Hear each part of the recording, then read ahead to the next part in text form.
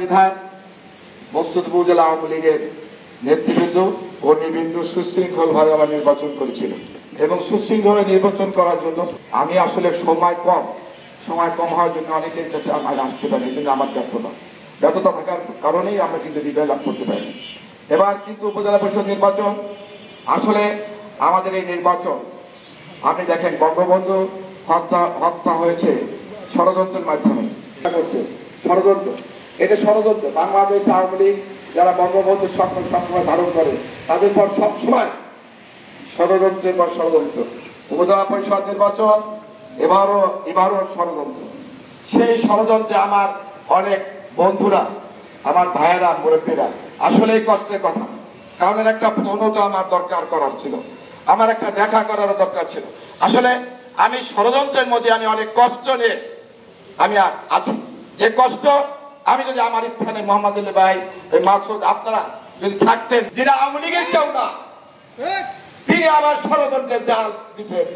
এই হলো বাংলাদেশ আওয়ামী লীগের আমরা যারা আছি, বঙ্গবন্ধুর স্বপ্ন সবসময় ধারণ করি, তাদের বিরুদ্ধে সবসময় একের পর এক ষড়যন্ত্র। সেই ষড়যন্ত্রে লিপ্ত থাকার জন্য আমি আজকে আপনাদের অনেকের সাথে সাক্ষাৎ করতে পারিনি, টেলিফোনে বার্তা দিতে পারি। অনেক সময় আমি সেদিন আপনার ঢাকায় থেকে এসে আমার ভাইকে সাদ্দাম মেম্বার বলেছে, আসলে সত্যি কথা, আমি ষড়যন্ত্রের কষ্ট নিয়ে আমি ঘুরছি, একা কষ্ট আমার ক্ষমা দৃষ্টি করে। সত্যি আজকে প্রধানমন্ত্রী ক্ষমতায় জননেত্রী শেখ হাসিনা ফারুক ভাই সংসদ সদস্যের মন্ত্রী হয়েছেন। প্রধানমন্ত্রী কি চান যে আওয়ামী লীগের কেউ না অন্য কেউ উপজেলা চেয়ারম্যান হোক? বলেন, উন্মুক্ত করে দিয়েছে তাই মানে যে অন্য একজন চেয়ারম্যান হোক তাই চায়? তবে আমি একটা জিনিস আমি আশ্বস্ত করতে চাই, আমি সত্যি গর্বিত। 40 বছর যাবৎ বাংলাদেশের ছাত্রলীগ, যুবলীগ, আওয়ামী লীগ মকসুদ করে প্রতিটা আন্দোলন সংগ্রামে ছিলাম। সেদিনকে টুটুল হয়ে মারার পরও আমরা কিন্তু কারাগারে ছিলাম কয়েকজন, শুধু রাজপথ আন্দোলন করার জন্য। আমরা সেই সৈনিক, আমরা কিন্তু আজকে গণসংযোগ করছি। আমি কোথাও বলতে পারবে না আমি অন্য কোন বিরোধী দল নিয়ে গণসংযোগ করেছি। আমি যেখানে গেছি ওয়ার্ড আওয়ামী লীগ, ইউনিয়ন আওয়ামী লীগ এবং চেয়ারম্যান সাহেব যারা আমাদের নৌকার আওয়ামী লীগ, নৌকার চেয়ারম্যান, তাদের নিয়ে আমি গণসংযোগ করেছি। আমি সত্যি গর্বিত। আমার এটা বড় পাওনা যে আজকে আমার দলের নেতৃবৃন্দ, কর্মীরা, অভিমানীরা, আওয়ামী লীগ যারা করেন তারা অভিমানী হন, বেঈমান হন না, তারা সত্যি আমার পাশে আছে। এটা আমার বড় পাওনা, এটা আমার বড় স্বপ্ন, এটা আমার পাওনা। সত্যি আপনাদের প্রতি আমি কৃতজ্ঞতা জ্ঞাপন করছি।